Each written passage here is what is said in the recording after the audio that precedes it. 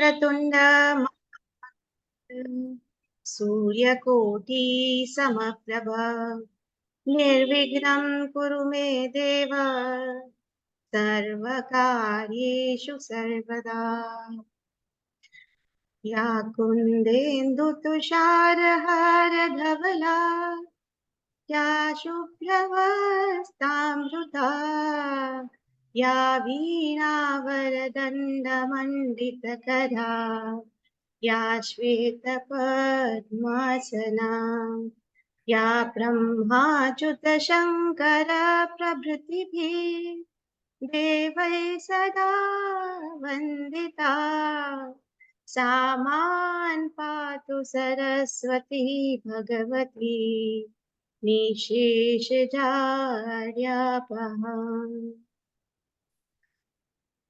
गुरुर्ब्रह्मा गुरुर्विष्णु गुरुर्देवो महेश्वरः गुरुर्साक्षात् परब्रह्म तस्मै श्री गुरवे नमः।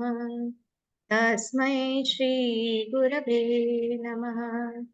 तस्मै श्री गुरवे नमः। जय गुरुदेव। आज का ये जो प्रोग्राम है साइंस ऑफ लर्निंग,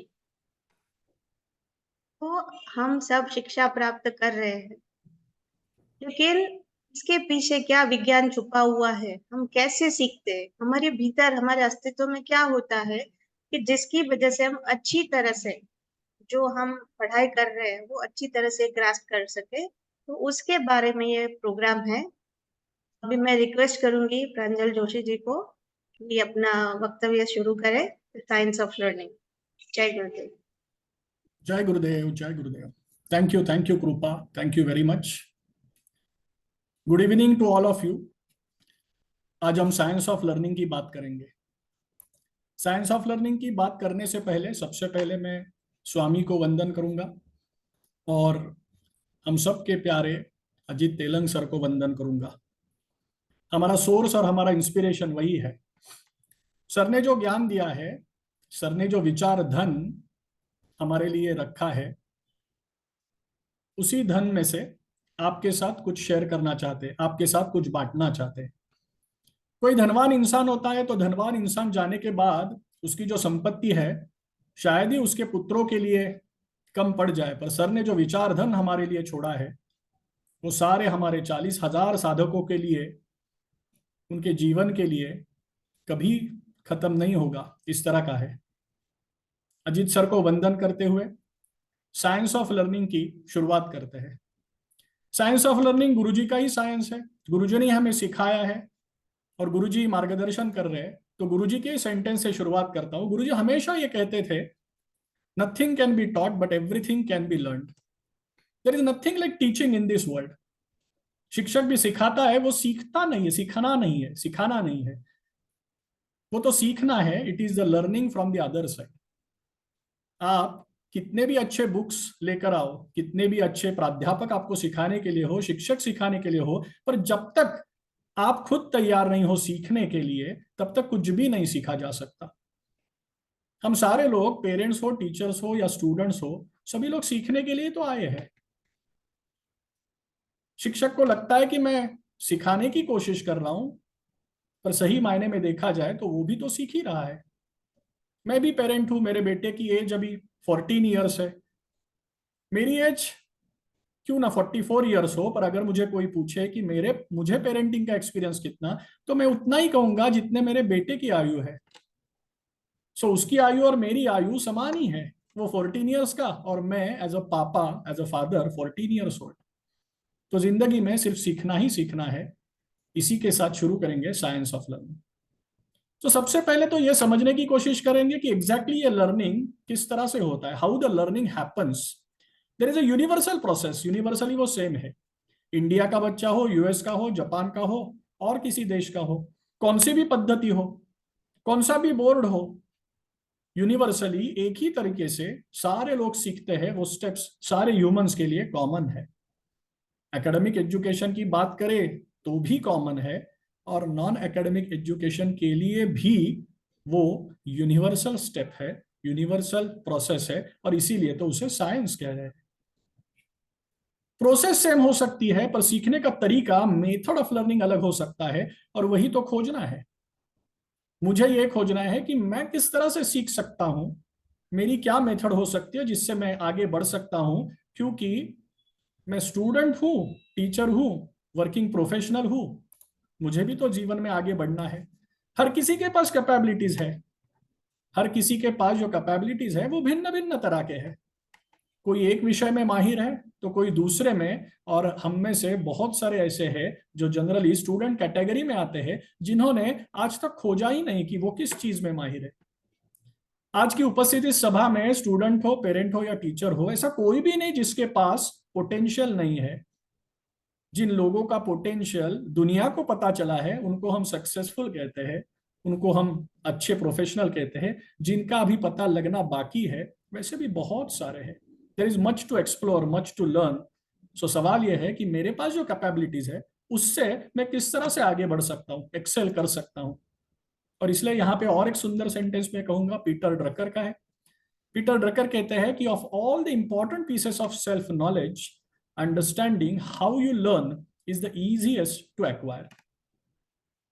पेरेंट्स कहते हैं पढ़ाई करो, टीचर्स कहते हैं पढ़ाई करो, हर कोई कहता है पढ़ाई करो, पर पढ़ाई की कैसे जाती है, पढ़ाई का शास्त्र क्या है, पढ़ाई के पीछे का विज्ञान क्या है, ये अगर हम समझ ले तो पढ़ाई भी बहुत सुंदर, बहुत ही अच्छा एक अनुभव हो सकती है। तो आज के सेशन का एजेंडा क्या है? शुरुआत करेंगे अंत से, क्योंकि एकेडमिक की अगर हम बात करें, किसी भी विषय में 10th स्टैंडर्ड हो, 12th स्टैंडर्ड हो, ग्रेजुएशन हो, पोस्ट ग्रेजुएशन हो, तो परीक्षा ये अंतिम होती है कि कहाँ तक आपने सीखा, क्या सीखा। तो शुरुआत अंत से ही करेंगे कि पर्पस ऑफ एग्जामिनेशन है क्या आखिर।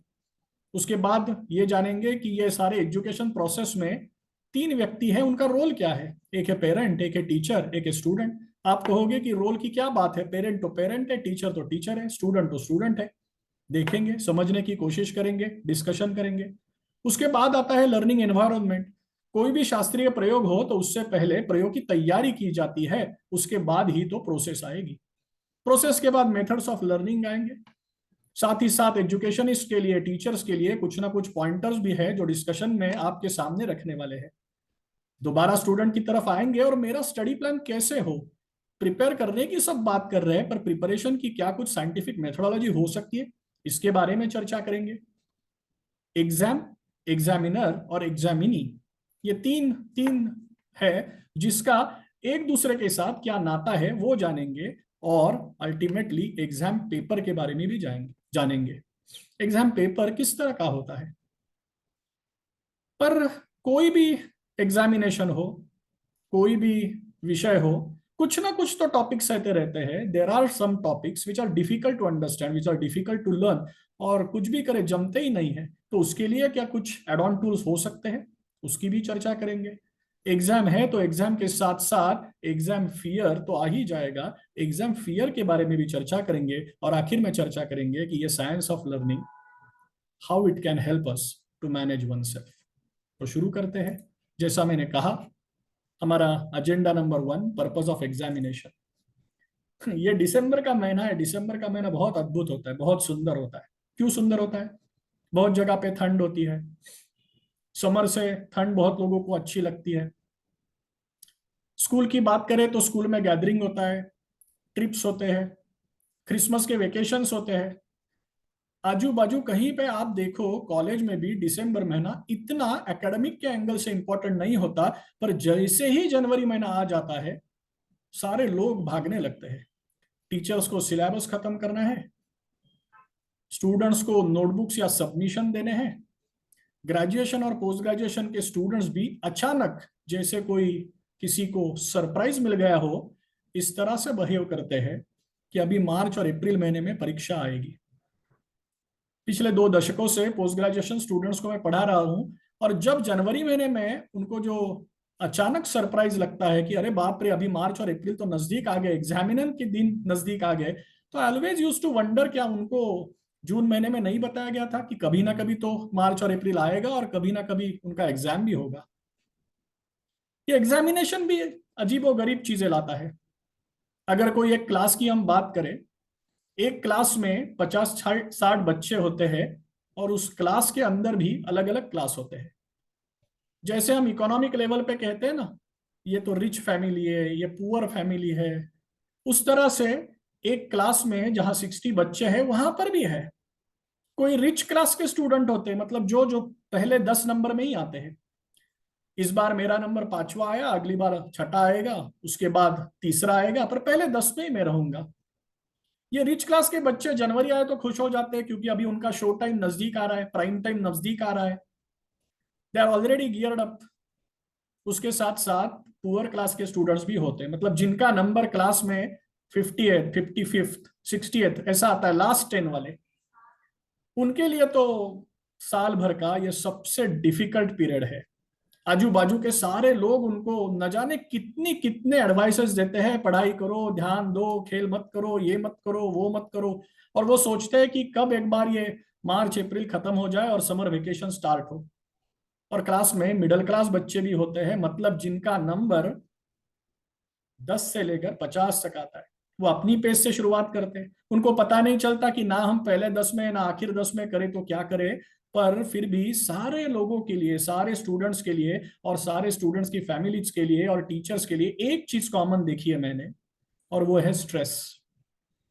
एग्जामिनेशन नजदीक आते हैं, एग्जामिनेशन के दिन आते हैं तो सारे लोगों को स्ट्रेस होता है। सवाल यह है कि स्ट्रेस पैदा कौन करता है, स्ट्रेस आता कहाँ से? आसमान से गिरता है या जमीन से उगता है? कहाँ से पैदा होता है ये स्ट्रेस? कौन तैयार करता है? स्टूडेंट ज्यादा स्ट्रेस लेते हैं या पेरेंट्स स्टूडेंट्स को स्ट्रेस का एक एक डोज देते हैं, या टीचर्स उनको बहुत ज्यादा सीरियसनेस से स्ट्रेस की तरफ लेके जाते हैं? पता नहीं कौन स्ट्रेस पैदा करता है। तो किसी एक स्टूडेंट ने मुझे सवाल पूछा था कि इतना जो स्ट्रेस जिंदगी में पैदा करता है वो एग्जामिनेशन चाहिए ही क्यों? हाँ, सवाल यह है कि एग्जामिनेशन चाहिए ही क्यों? एग्जामिनेशन नहीं हुई तो क्या होगा? एग्जामिनेशन का जो आज का स्वरूप है, कॉलेज का हो, स्कूल का हो या यूनिवर्सिटी का हो, इसके बारे में कोई चर्चा कर सकता है कि एग्जामिनेशन का स्वरूप बदला जाए, उसमें और बदलाव लाए जाए, उसमें कंटेम्पररी चीजें आ जाए, उसमें अलग अलग टूल्स आ जाए, इसके बारे में तो चर्चा हो सकती है। पर एग्जामिनेशन ही ना हो, ऐसा होना तो डिफिकल्ट है। तो कोई अगर सवाल पूछेगा कि एग्जामिनेशन का पर्पज क्या है, why we need at all examination, तो उसका, उस सवाल का जवाब एक अलग सवाल पूछ के किया जा सकता है कि why do we have mirrors at home? घर में आईने क्यों रखते हैं हम? कितना सुंदर जग है, निसर्ग है, कितने विविध कलर है, विविध रंग है, हम देखते हैं, रेनबो देखते हैं, नदियां देखते हैं, झाड़ देखते हैं, अलग अलग चीजें देखते हैं। ये सुंदर आंखें क्या क्या नहीं दिखाती, पर यही सुंदर आंखें हमारा खुद का चेहरा नहीं देख सकती। If there is a dirt on my face, someone else need to tell me. I need to wash my face and then look in the mirror to see now whether my face is clean or not. So, for understanding our own self, I need to have something external to me.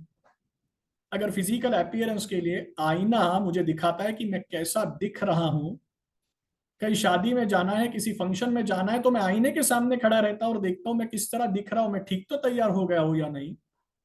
जो काम mirrors हर रोज के लिए हमें खुद को ही देखने के लिए इस्तेमाल आता है, वही तो पर्पस एग्जामिनेशन का है। और इसीलिए एग्जामिनेशन के बाद जब रिजल्ट्स आते हैं और उसमें मार्क्स मिलते हैं, when you get the marks, तब जो हमें दिया जाता है उसको इसी कारण प्रोग्रेस कार्ड बोलते हैं। This is self progress. We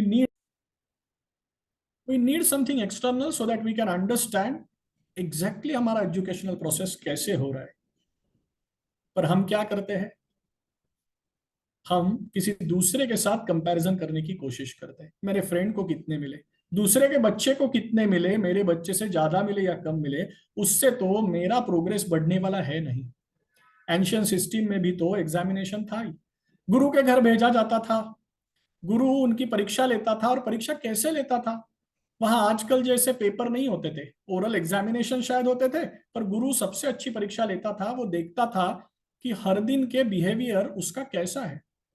हर रोज जिंदगी में इतनी सारी चीजें हो रही है, लाइफ सिचुएशंस आ रहे, how my disciple, how my शिष्य is behaving in the different situation, और उसके साथ उसकी परीक्षा की जाती थी।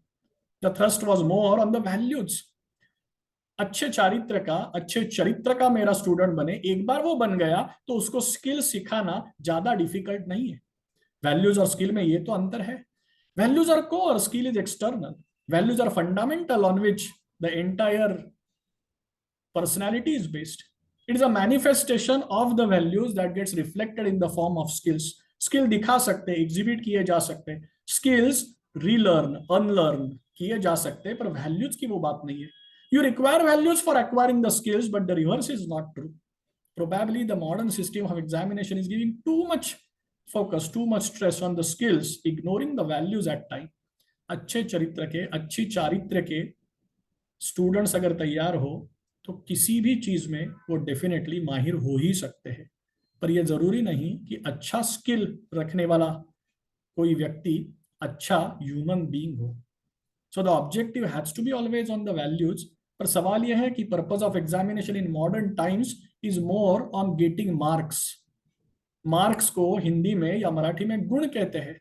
आपको आपके पेपर में कितने गुण मिले, वो गुण शायद वो पेपर पे ही रह जाते हैं। डीएसपीपीएल के माध्यम से हम जो शिविर लेने की कोशिश करते हैं, उसमें हमारी कोशिश ये है कि वो जो गुण है ना, वो मार्क्स, वो गुण सिर्फ पेपर पे न रहे, चरित्र में व्यक्तित्व का भाग बने और हर रोज की जिंदगी में वो काम आए। पर खैर ठीक है, एग्जामिनेशन तो देनी है, पेपर के लिए बैठना है, ग्रेजुएशन पोस्ट ग्रेजुएशन तो करना जरूरी है। तो किस तरह से हम आगे बढ़ सकते हैं? पर्पज ऑफ एग्जामिनेशन, जैसे मैंने कहा, purpose of examination is nothing but an opportunity of learning. और वैसे देखा जाए तो गुरुजी का एक सुंदर वाक्य है, life is nothing but learning opportunity. एक सीखने का जरिया है। तो अगर एग्जामिनेशन में रिजल्ट खराब आए तो नाराज मत होना, गुस्सा मत होना। आईने में अगर खुद का चेहरा खराब दिखाई दे रहा है तो आईने को मत कोसना। आईना किसने लगाया, किसने परचेस किया था, उसको मत डांटना। जाना, मुंह धो के आना, ठीक ठाक तैयार होना और दोबारा आईने में देखना, आपको आपका चेहरा अच्छा दिखाई देगा। Every examination is an opportunity. Life is too big.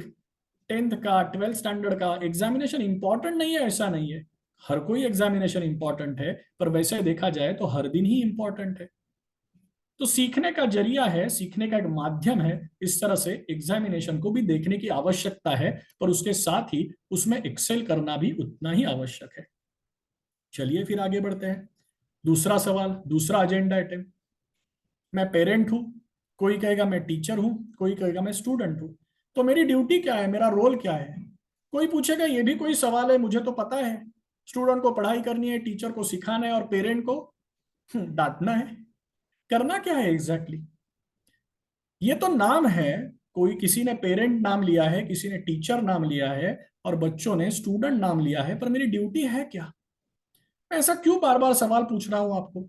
मैं क्यों पूछ रहा हूं कि मेरा रोल क्या है? मैं आपको एक चित्र दिखाता हूं और आपको पता चल जाएगा। यह चित्र है रणभूमि पर। अर्जुन ने कृष्ण भगवान को कहा, जब युद्ध शुरू होने वाला था तो कृष्ण भगवान को कहा कि चलो जरा, मेरा रथ है वो दोनों सैन्य के बीचों बीच लेकर जाओ। फिर कृष्ण भगवान लेकर गए। अर्जुन ने सामने देखा, सामने है कृपाचार्य, द्रोणाचार्य, उसके ही भाई। फिर रोना स्टार्ट हुआ। अर्जुन को लगा अरे बाप रे, इनसे जीत कर भी मैं क्या जीतूंगा, इनसे क्यों मैं लड़ूं, इनसे लड़ने के बाद जीत तो तय है, पर जीतने के बाद ये भी कोई जीत है? और फिर कृष्ण को उसने कहा कि मैं नहीं लड़ना चाहता। अब अर्जुन तो योद्धा था, धनुर्धारी था, पर फिर भी घबरा गया, डर गया। मुझे तो इतनी हंसी आती है, भगवत गीता की शुरुआत यहाँ पे होती है, मैं सोच रहा हूं कि कृष्ण भगवान बोलेगा कि ये अब तक क्या कर रहा था। ये तो कोई अचानक हुआ हुआ युद्ध है नहीं, हमास ने अचानक अटैक कर दिया और पता नहीं था, ऐसा तो था नहीं। कितने दिनों से यह चर्चा चल रही थी, वनवास भी जाकर आए थे। उसके बाद कृष्ण भगवान खुद शिष्टाई करने के लिए कौरवों के पास गए थे। दुर्योधन ने मना कर दिया था और उसके बाद ये अरेंज्ड युद्ध था। अरेंज मैरिज होता है ना, उसी तरह का अरेंज्ड युद्ध। और उसके बाद अर्जुन का अहंकार देखिए, इतने दिन सारा चल रहा है तब तक इसको नहीं सूझा। युद्ध के लिए सारे लोग आमने सामने खड़े हो गए। उसके बाद कृष्ण को कहता है चलो जरा मेरा रथ दोनों सैन्य के बीचों बीच लेके जाना। कृष्ण लेके गया। उसके बाद देखता है और कहता है बाप रे, ये तो मेरे ही लोग हैं, क्यों मैं लड़ूं? यहाँ पे एक बहुत ही सुंदर वाक्य मैं आपको बताने की कोशिश करूंगा। स्वामी तेजोमयानंद का मैं सेशन पढ़ रहा था और ये गीता का वही वर्णन कर रहे थे जिसकी हम अभी चर्चा कर रहे हैं। और उसके बाद स्वामी जी ने एक सेंटेंस कहा, उन्होंने कहा, when someone is confused about his duty, like the Arjuna in this particular case, when someone is confused about his duty, he is first confused about his identity. तो हमें भी अपनी आइडेंटिटी क्या है ये ठीक से जब तक पता नहीं चलेगा, तब तक ये एजुकेशन के फील्ड में भी, ये लर्निंग की दिशा में भी हम आगे नहीं बढ़ पाएंगे। तो सवाल यह है कि 3 लोग हैं, करना क्या है? अगर 3 है तो ये ट्राई पार्टी ट्रांजैक्शन जैसा हुआ। जो लोग वर्किंग प्रोफेशनल है, कोई एडवोकेट है, उसे पता चल जाएगा ट्राई पार्टी ट्रांजैक्शन मतलब 3 लोग, एक है पेरेंट, एक है टीचर, एक है स्टूडेंट। अगर 3 लोग हैं और उसमें ट्रांजैक्शन होना है तो कोई ना कोई गिवर होगा और कोई ना कोई टेकर होगा। सवाल यह है कि जो देने वाला है वो क्या दे रहा है और लेने वाला है वो क्या ले रहा है, किस माध्यम से ले रहा है, किस चीज से ले रहा है, कैसे ले रहा है इसे। अभी ये ट्रांजैक्शन तो सिंपल है, एजुकेशन का ट्रांजैक्शन है। हमने कहा ट्राईपार्टी ट्रांजैक्शन है, एक है टीचर, एक है पेरेंट, एक है स्टूडेंट। अगर लेने वाला कौन, देने वाला कौन, गिवर कौन और टेकर कौन, ऐसा सवाल किया जाए तो बहुत ही आसान है, बहुत ही सिंपल है। आप सभी लोग कहोगे कि लेने वाला मतलब सीखने वाला तो स्टूडेंट है और देने वाला तो टीचर और पेरेंट है। सभी लोग स्टूडेंट के ऊपर कह रहे हैं कि पढ़ाई करो, ठीक से अच्छे मार्क्स लाओ, आगे बढ़ो। सवाल यह है कि जो देने वाले हैं क्या वो अपना 100% रोल निभा रहे हैं? आप बोलोगे हाँ मैं बहुत अच्छा सिखा रहा हूँ। आप बोलोगे हाँ as a parent I am doing everything, I have given admission to him in the very good school, all the notes are made available to him, all the physical arrangements have been made for him. Question is, only physical arrangement are sufficient? No, I am giving time also for him. When you are giving time, when the child needs it or when you have the time. Teacher is saying no, I am performing my role 100%. I am teaching the class, I am completing my syllabus. Am I completing my syllabus or I am also ensuring that everyone in my class is able to understand at least 80% of the things? Class के बाद भी क्या मैं कुछ ना कुछ समय दे रहा हूं कि मेरे बच्चों को, मेरे स्टूडेंट्स को कितना समझ में आया? क्योंकि अगर स्टूडेंट से अपेक्षा है, स्टूडेंट को आइडियल बनना है, तो पेरेंट और टीचर उनको भी तो आइडियल बनना पड़ेगा। मैथमेटिक्स में ट्रायंगल है, ट्रायंगल में equilateral triangle can be the ideal example of the educational triangle. Parent और टीचर गिवर है और स्टूडेंट टेकर है। इक्विलैटरल ट्रायंगल हम सारे लोग जानते हैं, unless and until the parent and the teacher do not form the perfect angle, how the resultant student can have the perfect angle. अगर स्टूडेंट को हमें आइडियल स्टूडेंट बनना है तो उससे पहले पेरेंट को आइडियल पेरेंट बनना पड़ेगा और टीचर को आइडियल पेरेंट, आइडियल टीचर बनना पड़ेगा। गुरुजी हमेशा कहते थे, इसीलिए parent is a teacher at home and teacher is a parent at school. क्या हम वो कोशिश कर रहे हैं? क्या हम उस दिशा में बढ़ रहे हैं? क्या हम ये इंश्योर कर रहे हैं कि बच्चे को, स्टूडेंट को अगर कुछ चीजें नहीं समझ में आ रही तो वह कहाँ अटक रहा है? मुझे मेरे प्रोफेसर की याद आ रही है। अकाउंटेंसी वो पढ़ाते थे और अकाउंटेंसी में अभी आप एक कॉलेज का क्लास अपनी आंखों के सामने लाओ, 50 बच्चे बैठे हैं और स्कूल का क्लास हो या कॉलेज का, कई बार बच्चे सवाल नहीं पूछते।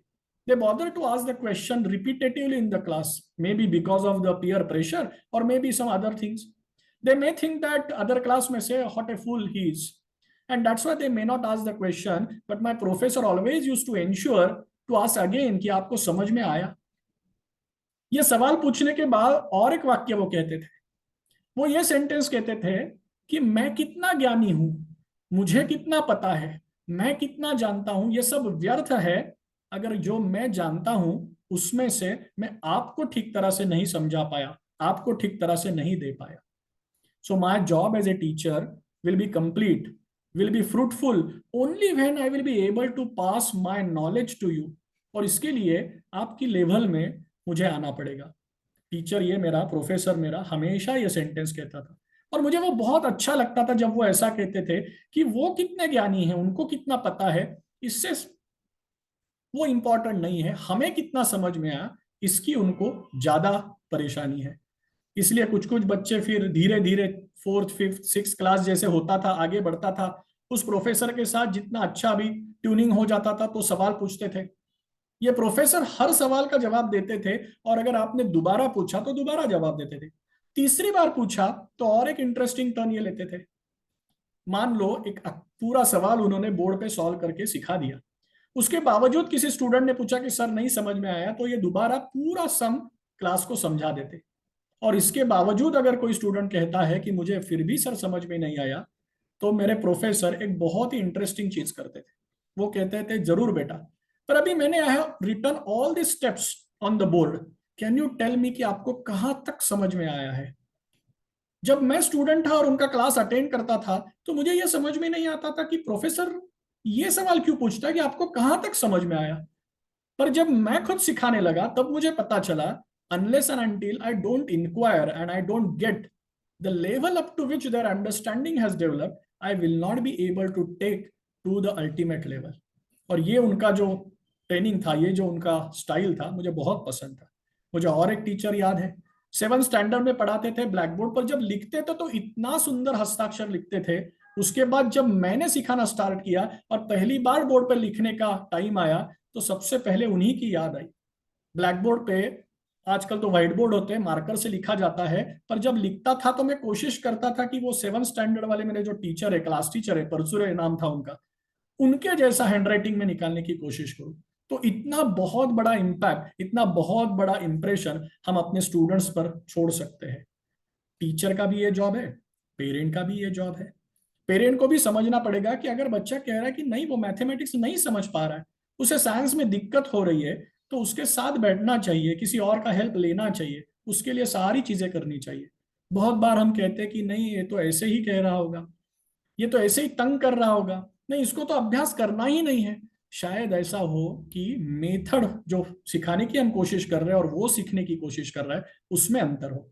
मैं एक आपको आसान मेरा खुद का एग्जाम्पल बताता हूँ। मैं राइट हैंडेड हूँ, मेरा बेटा लेफ्ट हैंडेड है। एकदम छोटा था तो अल्फाबेट बी या अल्फाबेट डी मैं निकालता था और उसको बोलता था निकाल, होमवर्क कंप्लीट करना है। अब मैं इस तरह से दिखाता तुझे कि किस तरह से अल्फाबेट बी, अंग्रेजी बी निकाला जाता है, और वो एग्जैक्टली उल्टा निकालता था, बिकॉज ही वॉज लेफ्टी। 2-4 बार मैंने देखा और मुझे समझ में ही नहीं आया कि इसको कैसे समझ में नहीं आ रहा है, पर exactly the styles were opposite. We need to adopt to the child. पर इसका मतलब ये नहीं कि स्टूडेंट की भी कोई रिस्पॉन्सिबिलिटी नहीं है। अगर एजुकेशनल ट्रायंगल में पेरेंट और टीचर आइडियल है, आइडियल बनने की कोशिश कर रहे हैं, स्टूडेंट को भी तो आइडियल बनना है, चाइल्ड को भी आइडियल बनना है।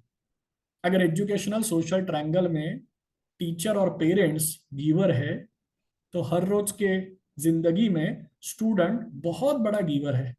आप बोलोगे कैसे?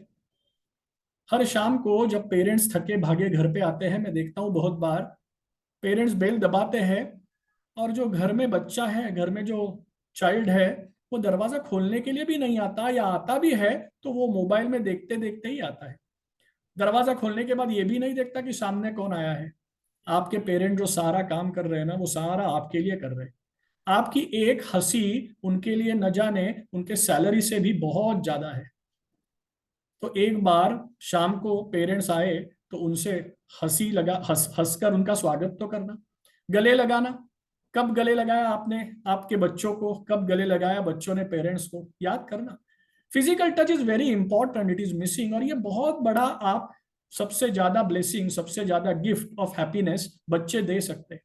इसका मतलब ये नहीं कि आपको परेशानी हो या आपको कुछ तकलीफ हो तो वो न बताएं, आप आपके पेरेंट्स को जरूर बताना, वो आपका राइट है। रादर मैं तो कहता हूं आपके पेरेंट्स आपके सबसे अच्छे दोस्त है। जो भी कुछ हुआ है, गलत हुआ है, फिर भी उनको बताना, वो आपके लिए जरूर कोशिश करेंगे। तो इस तरह से अगर हम आइडियल सब लोग बनने की कोशिश करें, तो एजुकेशन भी डिफिकल्ट नहीं है। लोग कहते हैं कि छोटे बच्चों के लिए तो ठीक है, बड़े बच्चे जब कॉलेज में जाते हैं तो उनके साथ आइडियल नहीं बन सकते, उनके साथ भी आइडियल बन सकते। उनकी दुनिया अलग है, उनकी सोच अलग है, उनके विचार अलग है। हम अगर उनके साथ शेयरिंग करने की कोशिश करें rather than giving them the sessions or the lectures, तो डेफिनेटली हम आगे बढ़ सकते हैं। तो एजुकेशनल का सोशल ट्रायंगल है, हर पेरेंट को टीचर एट होम बनना है, और टीचर को पेरेंट एट स्कूल बनना है, और स्टूडेंट को सबसे बड़ा हैप्पीनेस फैलाने वाला एंजल बनना है। क्या हम ये कर सकते हैं? जरूर कर सकते हैं।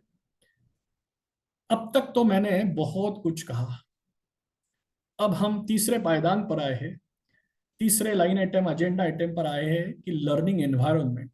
जैसे मैंने कहा कि कोई शास्त्रीय प्रयोग अगर करना है तो प्रयोग से पहले वातावरण जरूरी है, वातावरण की निर्मित जरूर है। अब तक मैंने बहुत सारी चीजें बोली, अब मैं आप सब लोगों के लिए कुछ सवाल पूछने वाला हूं। आप सब लोग इस सवाल का जवाब देना, अपने मन में देना, बाद में मुझे जो लगता है वो जवाब मैं दूंगा। ये स्कूल जो लर्निंग एनवायरनमेंट है, इसके बारे में मैं सवाल पूछने वाला हूँ। सवाल का जवाब स्टूडेंट दे सकता है, पेरेंट दे सकता है, और टीचर भी दे सकता है, क्योंकि सवाल तो सब लोगों के लिए है। सब लोग कहते हैं कि अभ्यास का एक वातावरण होना चाहिए, तो बस अभ्यास का वातावरण तो सबको पता है। तो मेरा पहला सवाल है कि एग्जैक्टली ये लर्निंग एनवायरनमेंट, अभ्यास का वातावरण मतलब है क्या? जवाब देना अपने मन में देना। खुद की परीक्षा है एक, सिखाने की हम कोशिश कर रहे हैं, हम भी सीखे साथ साथ। स्टूडेंट्स एग्जामिनेशन देने वाले हैं, हम भी तो एग्जामिनेशन दे। और इस एग्जामिनेशन की खूबी यह है, बढ़ियापन यह है कि सवाल का जवाब हम खुद ही देंगे और आंसर्स भी खुद ही चेक करेंगे। तो मेरा पहला सवाल है, what do you exactly mean by the learning environment? अभ्यास का वातावरण आपके घर में है या नहीं, किस तरह से पता चलेगा? क्या उसके लिए करना पड़ेगा? अभ्यास का वातावरण स्कूल में भी है या नहीं, इसका पता कैसे चलेगा? क्या सिर्फ क्लासरूम से? आजकल तो एडवर्टाइजमेंट आते हैं, एसी क्लासरूम है, और कुछ कुछ किट दे रहे, लैपटॉप दे रहे, और कुछ कुछ चीजें दे रहे। क्या वही एग्जामिनर का वातावरण है? क्या वही लर्निंग का एनवायरनमेंट है? जवाब देना। तब तक मैं दूसरा सवाल पूछता हूं, ये वातावरण तैयार कौन करता है? Who creates the environment? घर में वातावरण कौन तैयार करता है, और स्कूल में भी वातावरण कौन तैयार करता है? Who creates the environment? तीसरा सवाल है, हाउ एनवायरनमेंट अफेक्ट्स अस? क्या इस वातावरण का हमारे ऊपर परिणाम होता है? एज ए स्टूडेंट परिणाम होता है, एज ए टीचर परिणाम होता है, एज अ पेरेंट परिणाम होता है? और अगर परिणाम होता है तो क्या can we manage this environment? सब लोग कह रहे हैं पढ़ाई का वातावरण होना ही चाहिए, तो ये एनवायरनमेंट तैयार कौन कर रहा है? ये एनवायरनमेंट हमें किस तरह से अफेक्ट करता है? क्या हम इस एनवायरनमेंट को मैनेज कर सकते हैं? और अगर कर सकते हैं तो किसे इसे मैनेज करना है? Who is the one who has to manage the environment? और आखिरी सवाल, how to manage our environment? तो 6 सवाल आपके सामने मैंने रखे हैं। मैं आपको थोड़ा सा समय देता हूं सोचने के लिए। लर्निंग एनवायरनमेंट की बात हो रही है क्योंकि इसके बाद तो हम लर्निंग प्रोसेस में जाएंगे। एक साइंटिफिक प्रोसेस की शुरुआत होगी। प्रोसेस शुरू होने से पहले वातावरण की निर्मिति तो होनी चाहिए। पढ़ाई करने से पहले पढ़ाई का वातावरण तो चाहिए। तो इसलिए मेरा पहला सवाल है कि what do we mean by learning environment? Who creates the environment? How environment affect us? Can we manage this environment? And if yes, who has to manage this environment? And how we can manage our learning environment? ये student के लिए भी जरूरी है, teacher के लिए भी जरूरी है, और पेरेंट के लिए भी जरूरी है। तो पहला सवाल, what do we mean by learning environment? और पॉसिबल जवाब है फिजिकल एंड मेटाफिजिकल। अच्छे क्लासरूम होना, एसी क्लासरूम होना, अच्छा घर होना, कंप्यूटर लैपटॉप अवेलेबल होना, बहुत सारे नोटबुक्स होना, क्या सिर्फ यही आवश्यक है? क्या इसी से काम हो जाएगा? जवाब है बिल्कुल नहीं होगा। You also need to have a proper environment, that means non physical environment. आप स्वस्थ हो, आपको कोई बीमारी ना हो, आपका मन यहां वहां भटका हुआ ना हो, आपके बुद्धि से अलग अलग कल्पनाएं जिसका अभ्यास से कुछ भी लेना देना नहीं है, वो न आ रही हो, या आ रही हो तो फिर आपके काबू में हो, और इमोशंस आपके साथ हो, तो ही तो पढ़ा जा सकता है। So environment is not only physical, but it has to be non physical as well.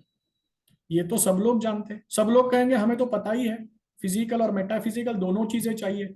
सिर्फ फिजिकल एस्पेक्ट से काम नहीं होगा, नॉन फिजिकल एस्पेक्ट उतने ही इंपॉर्टेंट है। और इसीलिए मैं दूसरा सवाल पूछता हूँ कि कौन क्रिएट करता है ये एनवायरनमेंट? पढ़ाई का वातावरण एग्जैक्टली कौन निर्माण करता है? क्या सूर्य निर्माण करता है? चांद निर्माण करता है? ये वातावरण कौन निर्माण करता है? कोई ब्रह्मदेव आके निर्माण करने वाला है ये वातावरण, कि पढ़ाई का वातावरण हो, एक लर्निंग एनवायरनमेंट हो? Answer is no. We the people, घर में रह रहे लोग भी वातावरण निर्माण करते हैं। हमारे रिलेटिव्स वातावरण निर्माण करते हैं, हमारे दोस्त वातावरण निर्माण करते हैं, हमारे टीचर्स वातावरण निर्माण करते हैं, और एकदम छोटे बच्चे हैं जिनको हम डे केयर यूनिट में छोड़कर एम्प्लॉयमेंट के लिए जा रहे हैं ना, वो डे केयर यूनिट ऑपरेटर्स भी एनवायरनमेंट तैयार कर रहे हैं। इस तरह से एनवायरनमेंट तैयार कर रहे हैं। सब लोग सोचना, जब आप एकदम छोटे थे, आज आप स्टूडेंट हो, टीचर हो या पेरेंट हो, पर एकदम छोटे थे तो किस तरह से हमें सिखाया गया था, किस तरह से बताया गया था। फैन की तरफ कोई इशारा करता और वो बोलता फैन, बॉल दिखाता और कोई बोलता बॉल। हर चीज को दिखाया गया, समझाया गया और फिर वातावरण की निर्मित हो गई। एकदम छोटे बच्चे थे तो एकदम छोटा बच्चा होता है ना, उसके हाथ से अगर पहली बार कांच का ग्लास अगर गिर जाए, कांच का कुछ बर्तन गिर जाए, तो मम्मी एकदम डर जाती थी, mother use to get frightened. और उसी के हाथ से अगर स्टेनलेस स्टील का या और किसी चीज का एक छोटा सा कुछ गिर जाए तो माँ इतनी परेशान नहीं होती थी। बच्चे को तो एकदम छोटे पता ही नहीं है क्या अंतर है कांच में और स्टेनलेस स्टील में। पर उसको उसके बाद पता चलता है कि अरे, कांच जब गिरती है तो माँ इतनी घबराती क्यों है और बाकी चीजों से इतनी क्यों नहीं घबराती। आजू बाजू में जो लोग बोल रहे हैं ना, आप होशियार हो, आप वैसे हो, आप ऐसे हो, इससे भी तो हमारे ऊपर परिणाम हो रहा है। कोई कह रहा है साइंस अच्छा नहीं होता, कॉमर्स में जाओगे तो और तरक्की करोगे। मैनेजमेंट के आज के दिन है, साइंस हो या कॉमर्स हो, मैनेजमेंट तो जरूर करना है। इस तरह के सारे छोटी छोटी चीजें जो हम बोल रहे हैं, कह रहे हैं ना, उसका भी लर्निंग एनवायरनमेंट में डेफिनेटली असर है। मैं पासिंग रिमार्क कर रहा हूं, जब मैं छोटा था ना तो केमिस्ट्री मुझे कभी जमा ही नहीं। As a topic, as a subject मुझे केमिस्ट्री कभी जमा ही नहीं। मैं ये भूल रहा हूँ कि मेरा बच्चा मेरे साथ बैठकर वो सुन रहा है, उसको भी लगता है शायद केमिस्ट्री डिफिकल्ट होगा। अरे बिल्कुल नहीं, मेरा अनुभव अलग है, उसका अनुभव अलग है। पर जब हम ये अनायास बोल देते हैं, अनइंटेंशनली बोल देते हैं, तो उसका भी तो परिणाम होता है। साइंस में जाओगे या इंजीनियर बनोगे तो बहुत बढ़िया, पर आप में क्या हुनर है वो पता नहीं। जो जो चीजें हम कह रहे हैं वो सारे का परिणाम बच्चों के ऊपर होता है। हाउ एनवायरमेंट अफेक्ट अस, आपको अगर जानना है तो सेल्यूलर बायोलॉजिस्ट ब्रूस लिप्टन करके है, वो एक बात करते हैं जिसको वो कहते हैं इपीजेनेटिक कंट्रोल्स। जेनेटिक कंट्रोल से हम सब लोगों को पता है, जो जीन्स से आते हैं। डॉक्टर्स भी तो बोलते हैं आपके पापा को अगर ये बीमारी है तो आपको भी ये बीमारी होने के चांसेस है, ये तो हुआ जेनेटिक कंट्रोल। पर इपीजेनेटिक क्या है? इपीजेनेटिक मतलब हमारे आजू बाजू में लोग हैं, हमारे आजू बाजू में जो चर्चा चलती है, हमारे आजू बाजू में जो दिखाई पड़ता है, हम जो खुद मोबाइल पे, लैपटॉप पे, टीवी पे दिख रहे हैं, देख रहे हैं, हम जो सुन रहे हैं, हम जो संगीत सुन रहे हैं, हम जो म्यूजिक सुन रहे हैं, हम जिस दोस्तों के साथ बाहर जा रहे हैं या घूम रहे हैं, जिस वातावरण में हम रह रहे हैं, उस सब का हमारे ऊपर परिणाम हो ही जाता है, नोइंगली अननोइंगली। सवाल यह है इसको मैनेज कौन करेगा। अगर मैंने मोबाइल नया लाया और मोबाइल अगर खराब हो गया तो मोबाइल को रिपेयर कौन करता है? घर में टीवी लाया और घर में टीवी को कुछ खराबी हो गई तो टीवी रिपेयर कौन करता है? अगर मेरा मोबाइल मुझे ही रिपेयर करना है, अगर टीवी मेरा हमारा घर का है तो हमें ही रिपेयर करना है, तो हम आजू बाजू का जो वातावरण है तो मुझे भी संभालना है। बाहर से तो कोई आकर संभाल के देगा नहीं। अगर मेरा वातावरण मुझे अच्छा रखना है, शुद्ध रखना है, लर्निंग एनवायरनमेंट रखना है, तो उसके लिए एफर्ट्स तो मुझे ही लेने पड़ेंगे। मैं पेरेंट हूं तो पेरेंट के हिसाब से एफर्ट लूं, मैं टीचर हूं टीचर के हिसाब से एफर्ट लूं, मैं स्टूडेंट हूं तो स्टूडेंट के हिसाब से एफर्ट लूं। टीचर हूं तो मैं अपनी पर्सनल जिंदगी में परेशान हूं, पर मुझे ये देखना है कि वो मैं क्लास में तो स्टूडेंट्स पे नहीं निकाल रहा।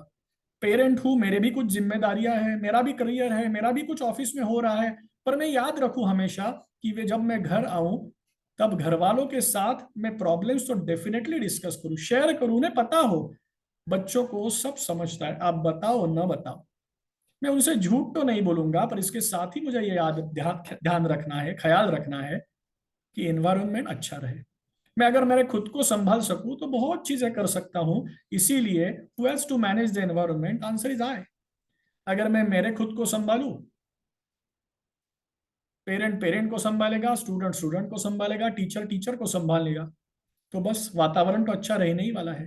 And how we can manage it? By managing our aahar. बहुत लोग कहते हैं आहार मतलब सिर्फ खाना, एब्सोल्युटली नॉट।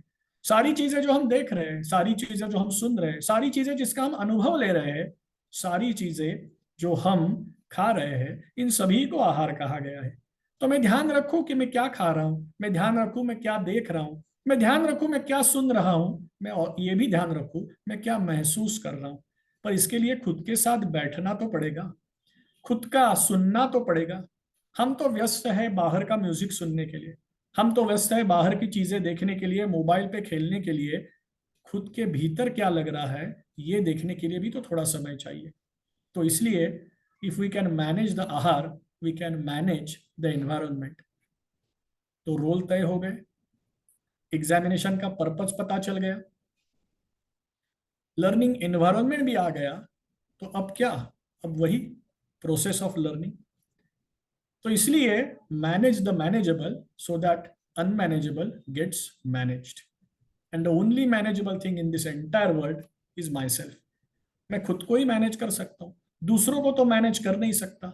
पेरेंट का कंट्रोल खुद पर हो सकता है, स्टूडेंट परछाई पर नहीं हो सकता। Parent can manage parent, teacher can manage teacher, and child student can manage student. तो आगे बढ़ते हैं, लर्निंग प्रोसेस की तरफ जाते हैं। बच्चे को बार बार कह रहे तू ठीक से पढ़ाई कर, पिछले एग्जाम में मार्क्स अच्छे नहीं मिले, इस एग्जामिनेशन में तो मार्क्स अच्छे लाने ही लाने हैं। किस तरह से लाएगा? रोड स्टडी करके, दोबारा दोबारा वही चैप्टर पढ़ के, नोट्स निकाल के, सिर्फ उतने समय के लिए याद करके, किसी की कॉपी करके नहीं। सवाल यह है कि हम सीखते कैसे हैं, ये जब तक हमें पता नहीं चलता, as a student, as a parent, as a teacher, तो सीखेंगे कैसे?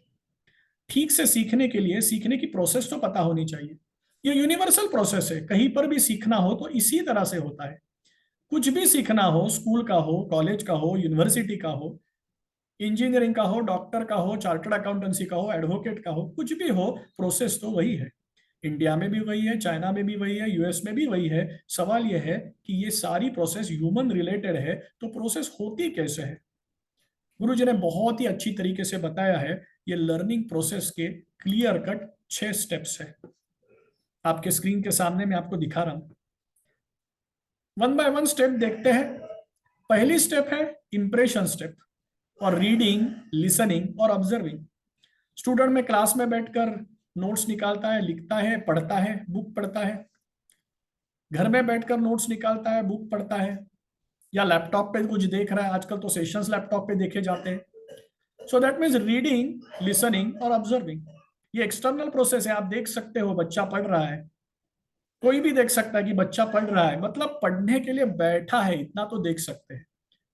पर this is not the end of learning, उसके भी आगे है। रीडिंग और लिसनिंग होने के बाद दूसरा स्टेप है स्टोरिंग। जो भी इंफॉर्मेशन आपको मिला है वो ठीक तरह से स्टोर तो होना पड़ेगा। अगर पहला प्रोसेस एक्सटर्नल है तो स्टोरिंग का प्रोसेस इंटरनल है, अंदर कहीं ना कहीं वो स्टोर किया जाता है। सिर्फ स्टोर करने से फायदा नहीं है। कल रात को गुलाब जाम किए थे और कुछ कुछ मेनू किया था, मुझे बहुत पसंद आया, मैंने खाया और वैसे का वैसा अगर शरीर में रहा तो क्या हो जाएगा? मैं बीमार हो जाऊंगा। सो सिर्फ storing is not of any use. Information लेने से, इंफॉर्मेशन स्टोर होने से पढ़ाई नहीं होती। उसको अगली स्टेप, अगले पायदान में भी जाना पड़ेगा, that is understanding.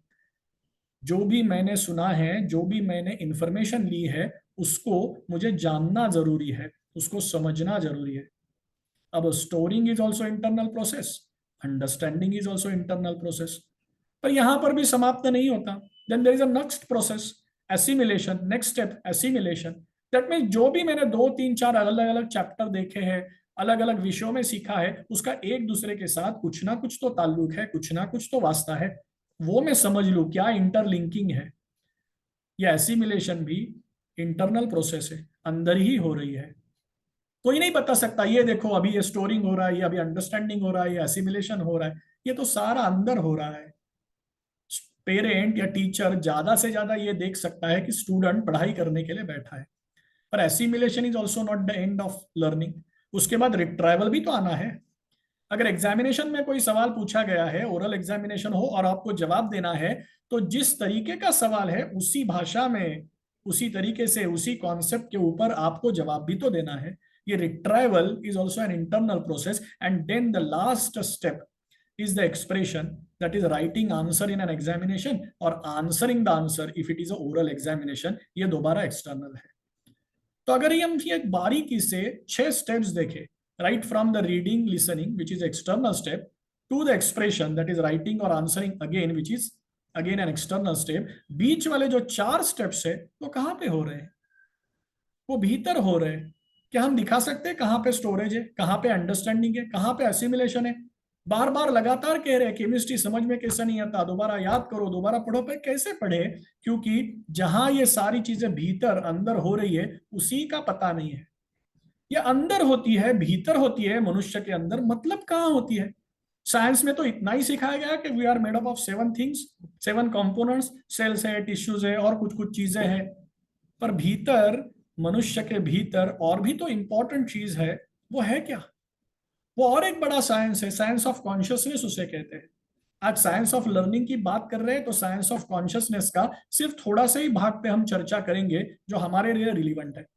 Science of consciousness के ऊपर अगर हम डिस्कशन करना स्टार्ट करें तो शायद ये पूरा घंटा उसी में निकल जाएगा। पर साइंस ऑफ कॉन्शियसनेस में ये जो भीतर की जो अंतिम जो 4 महत्वपूर्ण स्टेप्स हो रही है वो कहां पे हो रही है, इसका जवाब साइंस ऑफ कॉन्शियसनेस देता है।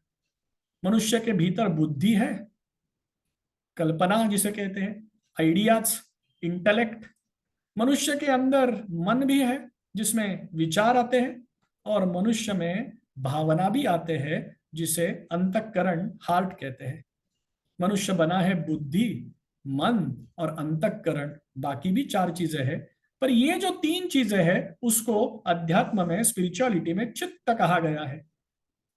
लर्निंग की प्रोसेस की ये 4 स्टेप्स हो रही है ना, जो बन रही है ना, वो यही इसी चित्त के द्वारा बनाई जा रही है। जो सारा सीखना सिखाना है वो ये मन के द्वारा ही चल रहा है।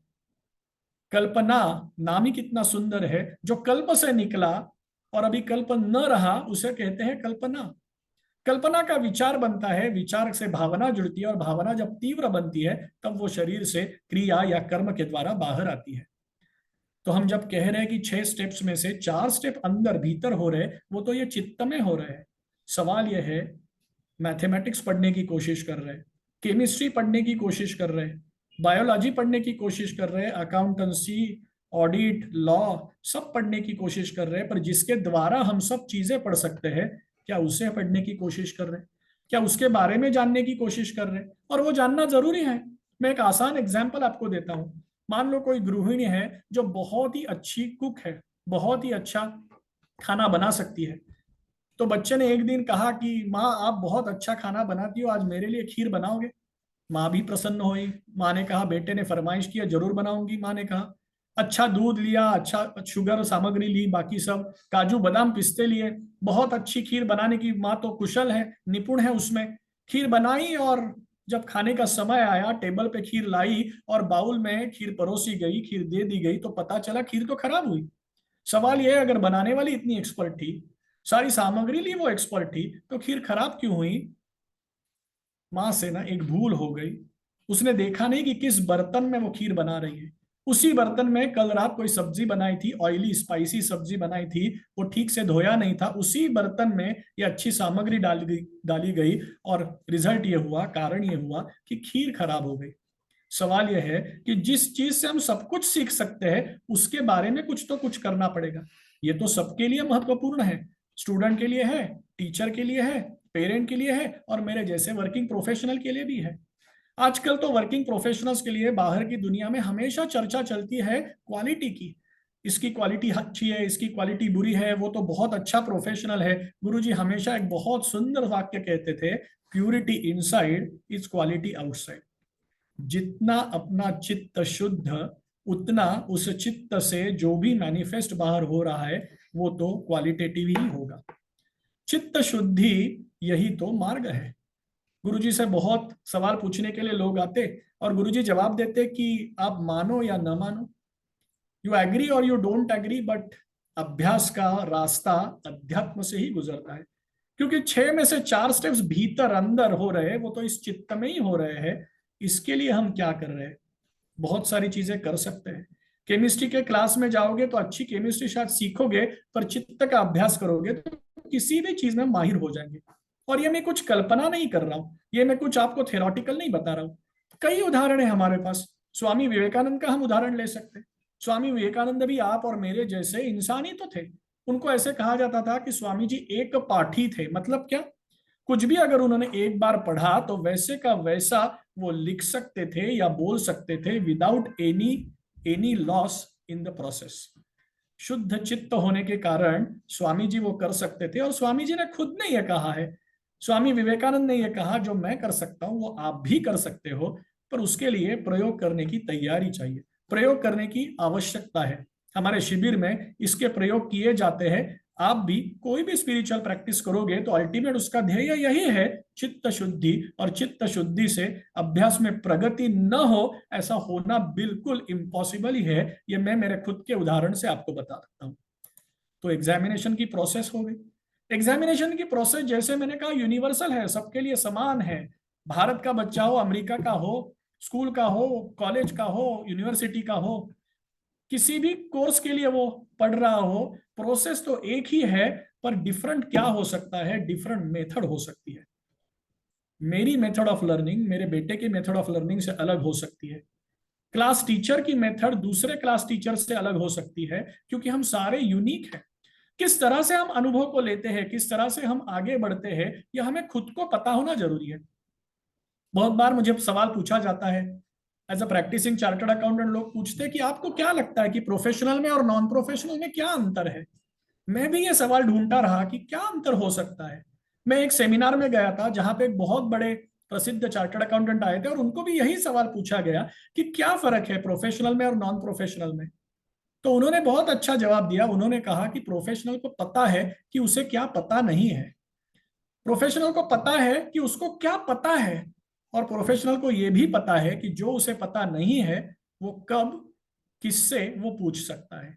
ये तीन चीजों का अंतर है। और एक सिंपल एग्जांपल देता हूं। मैंने कोई आपको लॉ का एक डिफिकल्ट क्वेश्चन दिया, और मैंने कहा कि जाओ लाइब्रेरी में जाओ, 10,000 बुक्स है, वहां में ढूंढ के लाओ ये लॉ के क्वेश्चन का आंसर क्या है। जो स्टूडेंट है वो जाएगा और कंफ्यूज हो जाएगा कि 10,000 बुक्स है, उसमें से कौन सा बुक लूं, उस बुक में कौन सा पेज पे जाऊं और क्या पढूं। पर प्रोफेशनल को सिर्फ इतना पता होगा कि ये सवाल कौन से बुक में और कहाँ, किस आजू बाजू में मुझे मिल सकेगा, या मैं किससे पूछूं तो मैं रिलेवेंट वहां पे जा सकूंगा। आजकल एआई की बात चल रही है, आर्टिफिशियल इंटेलिजेंस। आपको पता है आर्टिफिशियल इंटेलिजेंस की तैयारी करने के लिए सबसे ज्यादा जरूरी चीज क्या है? सबसे ज्यादा जरूरी चीज यह है कि आप सही सवाल पूछ सको। You should be able to ask exactly pinpointed question so that you can get the answer, so that you can progress for AI related field. एक AI रिलेटेड प्रसिद्ध इंजीनियर, उसी ने मुझे यह कहा कि अगर ठीक सवाल पूछे जाए तो ही ठीक जवाब AI से आएगा। तो बच्चों को हम इसमें भी एक्सप्लेन कर सकते हैं कि ठीक सवाल कैसे पूछा जा सकता है और ठीक जवाब कैसे आता है। मैं आपको एक मजाकिया एग्जाम्पल देता हूँ। मेरा भांजा छोटा सा एकदम है, 3rd स्टैंडर्ड में है।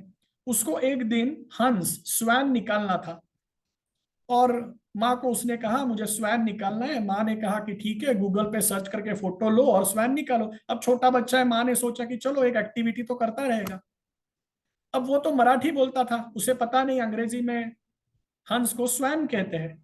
वो गूगल में कह रहा है हंस हंस, और गूगल हाउस का फोटो दिखा रहा है। जैसा आप इनपुट दोगे वैसा ही आउटपुट आएगा। आर्टिफिशियल इंटेलिजेंस की तरफ बढ़ते बढ़ते नेचुरल इंटेलिजेंस खोना नहीं है। नेचुरल इंटेलिजेंस न खोए, इसलिए मुझे यह जानना है एज अ स्टूडेंट मैं कैसे पढ़ सकता हूँ, एज अ वर्किंग प्रोफेशनल मैं कैसे पढ़ सकता हूँ और आगे बढ़ सकता हूँ। मेथड्स ऑफ लर्निंग क्या है? 5 प्रकार है मेथड्स ऑफ लर्निंग के, पर ये 5 ही हो ऐसा नहीं है, छठा या सातवां भी प्रकार हो सकता है। कुछ है जो रीडिंग स्टूडेंट्स है, मतलब वो पढ़ते हैं तो अच्छा सीखते हैं। कुछ है जो लिसनिंग स्टूडेंट्स है, मतलब जब वो सुनते हैं, कोई उनको एक्सप्लेन करता है, बताता है, तो वो अच्छा सीखते हैं। कुछ लोग पढ़ के भी सीखते नहीं, सुन के भी सीखते नहीं, वो तो खुद जब लिखते हैं तब वो अच्छा सीखते हैं।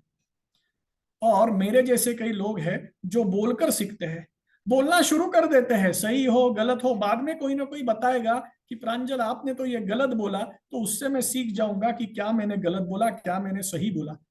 तो बोल के भी सीखने वाले बहुत सारे हैं, और करके सीखने वाले हैं। सच में कहूं, बच्चे जब एकदम छोटे होते हैं ना, वो करके ही सीखते हैं। आप स्पेसिफिकली मेल चिल्ड्रन देखना, ओके, वो क्या करेंगे, अगर आप गाड़ी दो उनको नई नई, तो वो तोड़ के देखेंगे अंदर किस तरह से पार्ट्स बने, किस तरह से वो रखे गए हैं। उसमें उनको करने से ही आनंद मिलता है। पर यही एक्टिविटीज बहुत सारे बड़े लोगों में भी आपको दिखाई देगी। वो खुद करके दिखा सकते हैं, पर वो बता नहीं सकते कि ये करना कैसा है। तो हमारी मेथड क्या है, मेरी मेथड क्या है, ये मुझे समझना बहुत जरूरी है। मैं बहुत बार बच्चों से मिलता हूँ, स्टूडेंट से क्वेश्चन करता हूँ, तो कई बार मुझे ये जवाब मिलता है कि 8th स्टैंडर्ड में था ना, तब मुझे फिजिक्स बहुत अच्छा समझ में आ रहा था, पर अभी 9th में जब से गया हूँ तब से समझ में ही नहीं आ रहा है। फिर हम और इंक्वायरी करते हैं, क्यों नहीं समझ में, एग्जैक्टली क्या हुआ? टीचर बदली, टीचर तो बदलने ही वाली थी, लास्ट ईयर जो टीचर थी तो वो इस बार टीचर है नहीं। टेक्स्ट बुक बदला, टेक्स्ट बुक तो बदलने वाला ही था। पर शायद हम ये भूल जाते हैं कि मेथड शायद निकल गई, मेथड शायद बदली गई। ये बच्चा अगर राइटर स्टूडेंट है और पहले वाली टीचर अगर उसको नोट्स लिखने के लिए, क्वेश्चन आंसर्स लिखने के लिए बोलती थी और ये हर बार लिखता था तो वो सीखता था। ये नई टीचर जो आई उसको ये पता नहीं कि मेरे स्टूडेंट की, इस पर्टिकुलर स्टूडेंट की लर्निंग मेथोडोलॉजी क्या है। वो तो नैरेटिव्स दे रहे हैं, उसने कहा कि क्वेश्चन आंसर्स लिखना है तो लिखो, नहीं तो नहीं लिखा तो भी चलेगा, क्योंकि टीचर जो खुद है वो लिसनिंग मोड वाली टीचर है। वो तो खुद जब सुनती है तो सीखती है, पर शायद सामने बैठा हुआ स्टूडेंट राइटर स्टूडेंट है तो उसके लिए अलग टेक्निक इस्तेमाल करना ही पड़ेगा। एज ए टीचर मुझे ये ढूंढना है, एज अ पेरेंट मुझे ये ढूंढना है कि मेरा बच्चा, मेरा स्टूडेंट किस टाइप में बैठता है, और एज अ स्टूडेंट मुझे भी तो ये समझना है मैं किस तरह से सीखता हूँ। ये अगर एक बार मुझे पता चल गया कि मैं रीडर स्टूडेंट हूँ, मैं लिसनर स्टूडेंट हूँ, मैं राइटर स्टूडेंट हूँ, या मैं टॉकिंग स्टूडेंट हूँ, मैं जब बोलता हूँ, प्रेजेंट करता हूँ, समझाने की कोशिश करता हूँ तो मैं ज्यादा सीखता हूँ, तो मैं उसी मेथड का इस्तेमाल करूँ ताकि मैं आगे बढ़ सकूं। ये सबके लिए जरूरी है, क्योंकि एक बार आपको आपकी स्ट्रेंथ का पता चल गया तो बस क्या है, no one can build performance on the weakness, every one can perform only on his or her strength. Let us find out what is your strength. Are you a reader student, are you a listener student, or something different?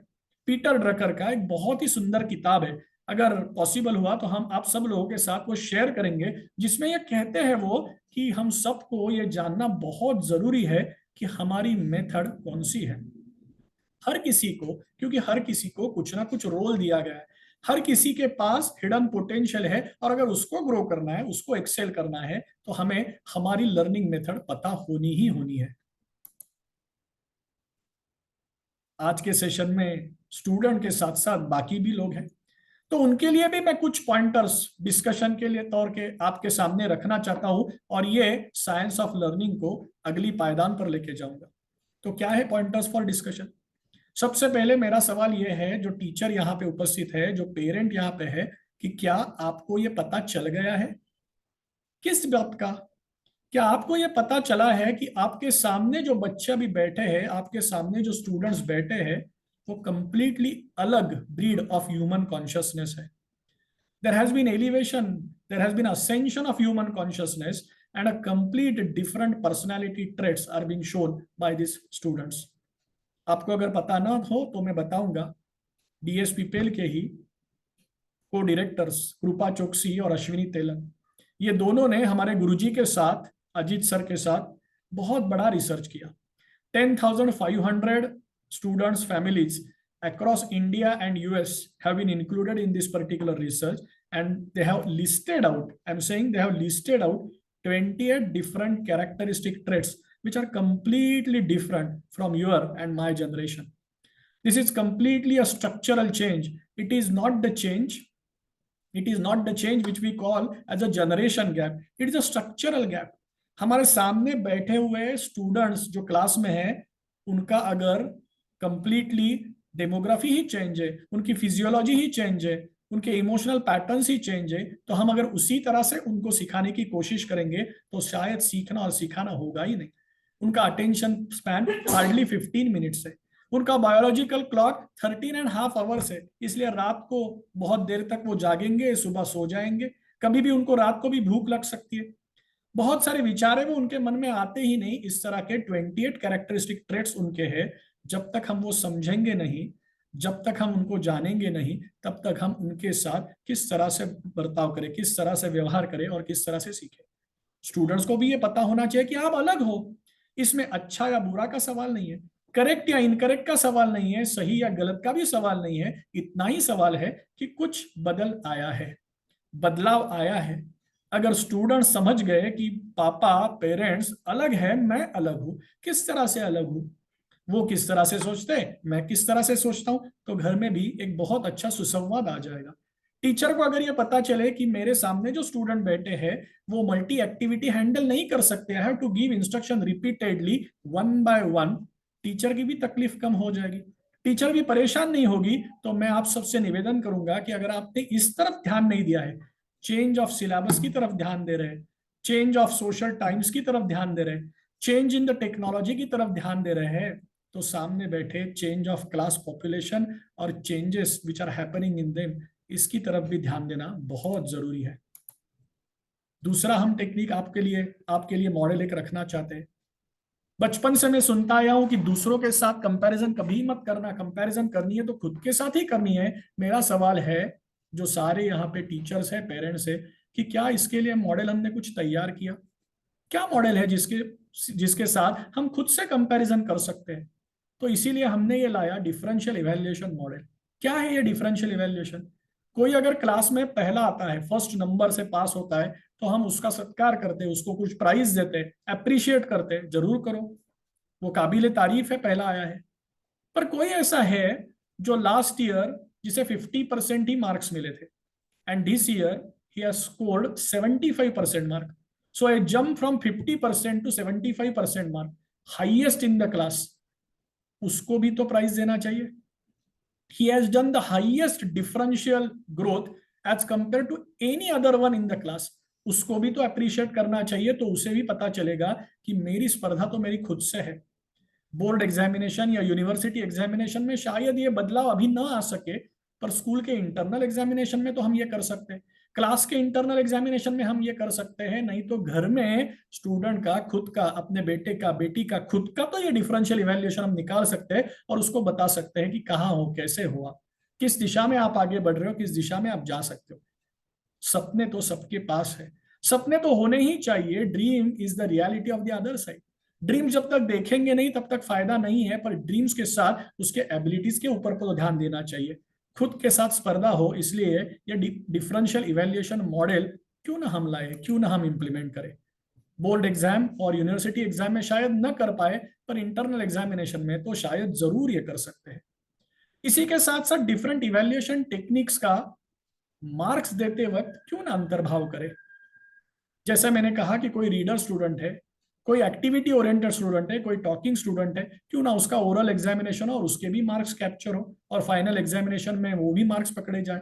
8th standard तक तो कर सकते हैं, कर सकते हैं या नहीं कर सकते मैं आपके सामने रखता हूं। मैं तो एजुकेशन स्पेशलिस्ट नहीं हूं, पर गुरुजी के साथ ये सारी चीजें हम जब बात करते थे तो बहुत अच्छा लगता था कि अरे हाँ, इस तरह के बदलाव आने चाहिए, इस तरह के सजेशन आने चाहिए। तो आप विचार करके बता सकते हैं कि क्या ये मुमकिन है, क्या इससे फायदा होगा, क्या इससे उस स्टूडेंट को अप्रिसिएशन मिलेगा जो शायद एग्जामिनेशन में अच्छा लिख नहीं पा रहा है, पर उसको सब पता है, वो सब जानता है। अगर उसको करने के लिए कहा जाए, बोलने के लिए कहा जाए, तो बहुत अच्छा वो प्रेजेंटेशन कर सकता है, उसको भी तो अप्रिसिएशन मिलेगा।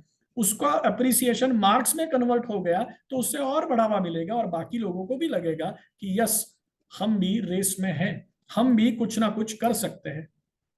जैसे मैंने कहा, सपने तो हर किसी के पास है, एम्बिशंस होना बिल्कुल बुरी बात नहीं, एम्बिशंस तो चाहिए ही चाहिए। एम्बिशन का दूसरा अर्थ ड्रीम्स ही है, पर एम्बिशंस को अगर एबिलिटीज के साथ नहीं जोड़ा गया तो सपने सपने ही रहते हैं। मैं जब छोटा था तो दूरदर्शन पे एक बहुत अच्छी सीरियल आती थी मुंगेरी लाल के हसीन सपने। एक मुंगेरी लाल का इंसान था और वो सुबह भी सपने देखता था, और सपने ऐसे ही थे हवा में, एफर्ट्स तो कुछ लिए नहीं। तो फिर जब सपना खुलता था तो पड़ती थी डांट। फिर तो क्या हमें वो मुंगेरी लाल के हसीन सपने ही सिर्फ रखने हैं? सपनों को सपना ही रखना है, या सपनों को सच में, सच्चाई में परिवर्तन भी करना है? और परिवर्तन करना है तो एबिलिटीज बढ़ानी पड़ेगी, एबिलिटीज समझनी पड़ेगी। सपने रखना, सपने देखना बहुत अच्छा है, पर सपनों को सच्चाई में लाना उससे भी सुंदर है, और वो सब हम कर सकते हैं। तो क्या हम अलग अलग ऑक्यूपेशन, अलग अलग प्रोफेशन, अलग अलग फील्ड के रिलेटेड एबिलिटीज मैप करके बच्चों को बता सकते हैं कि अगर आपको चार्टर्ड अकाउंटेंसी में इंटरेस्ट है तो किस तरह के एबिलिटीज चाहिए, लॉ में इंटरेस्ट है तो किस तरह के एबिलिटीज आपको चाहिए, और अगर ये एबिलिटीज चाहिए तो किस तरह का मॉडल हम उनके सामने प्रस्तुत कर सकते हैं। आज का विषय साइंस ऑफ लर्निंग है, तो एजुकेशन इसके लिए इतने ही पॉइंट्स अभी तो मैं प्रेजेंट कर सकता हूं, कभी बाद इसके बारे में भी हम जरूर चर्चा करेंगे। एजुकेशनिस्ट को और टीचर को हमेशा एक ख्याल रखे। गुरुजी का एक सुंदर सेंटेंस है, किस तरह से सीखना होता है, कब सीखना होता है, कब मिलना होता है, कब जानकारी दूसरे के साथ, कब भावना दूसरों के पास पहुंचाई जा सकती है। Only way is reaching the intellect, only intellect can reach the intellect. अगर सवाल इंटेलेक्ट का है तो इंटेलेक्चुअली उसको आंसर किया जा सकता है। टीचिंग द माइंड, सीखना और सिखाना सब मन से ही होता है। एंड टचिंग द हार्ट, अगर कोई भावना से कोई कुछ पूछ रहा है और अगर हम इंटेलिजेंटली उसको आंसर देंगे तो कभी भी वो सेटिस्फाई नहीं होगा। To have the wonderful communication, to have a great bridge of understanding and discussion between the parent and the child and teacher and the student is only this: reaching the intellect, teaching the mind and touching the heart. Then only the transformation is possible. दोबारा आते हैं, exam paper की तरफ बढ़ते हैं। इंग्रेजी में कहते हैं well begun is half done. Prepare करो, प्रिपेयर करो। किस तरह से प्रिपेयर करो? Prepare well, plan properly. Plan should be full proof, it should be practical. बच्चे बहुत बार कहते हैं माँ आज देखो मैं I will complete this chapter, I will do that. Engineering की स्टूडेंट्स भी मैं देखता हूँ एंड वक्त पर भागने लगते हैं, ये सबमिशन नहीं हुआ, वो नहीं हुआ, क्योंकि प्लानिंग ही परफेक्ट नहीं था। Plan should be full proof, plan should be practical. Planning करके और सिर्फ कागज पे रख के कुछ नहीं होगा, उसको तो इम्प्लीमेंटेशन भी तो करना पड़ेगा। You need to act on your own plan. सिर्फ एक्ट करने से पता नहीं चलेगा, थोड़ी थोड़ी देर बाद, कुछ कुछ दिनों बाद एक बार पीछे मुड़कर भी देखना पड़ेगा। Examine your progress, assess your performance at regular intervals, whatever plan you have made, whether you are moving in the right direction or not, whether you are moving at the right speed pace or not, whether your understanding is as per that particular level or not, and if not, amend your plan, make changes in your plan, involve your parent, involve your teacher, involve your friends in the plan that you are preparing. कई बार मैं students देखता हूँ, student कहते हैं नहीं दूसरों को बताऊंगा तो वो नहीं आगे चल जाएंगे। कोई आगे नहीं जाएगा, कोई पीछे नहीं रहेगा। हर कोई अपनी पेस से आगे पीछे, हर पेस से जा रहा है, वो वही पहुंचेगा जहां वो जाना चाहता है। तो सबको इन्वॉल्व करो, सबकी सब चर्चा करो, पर खुद का एक प्लान जरूर तैयार करो। और जब आपको पता चले कि ये मेरी स्ट्रेंथ है, इस तरह से अगर मैं आगे बढ़ूंगा, तो रीइंफोर्स करो, build on your strength. Examination and then appear for your examination. It's an opportunity of learning. So prepare well. P stands for planning, R stands for responding to your plan, E and P stands for examining the progress at the intervals, and if required, amend the plan, which A stands for reinforce, build on your strengths, and then appear for the examination. Examination के बाद जो भी result आए उसका भी स्वीकार करना। जो आपने एफर्ट्स लिए ना, उसका ही वो रिजल्ट है। जितने आपके एफर्ट्स, वही आपका रिजल्ट होने वाला है, तो उसका भी स्वीकार करना। और एक महत्वपूर्ण चीज है, एग्जाम है तो एग्जाम के साथ एक एग्जामिनर है और एक एग्जामिनी है।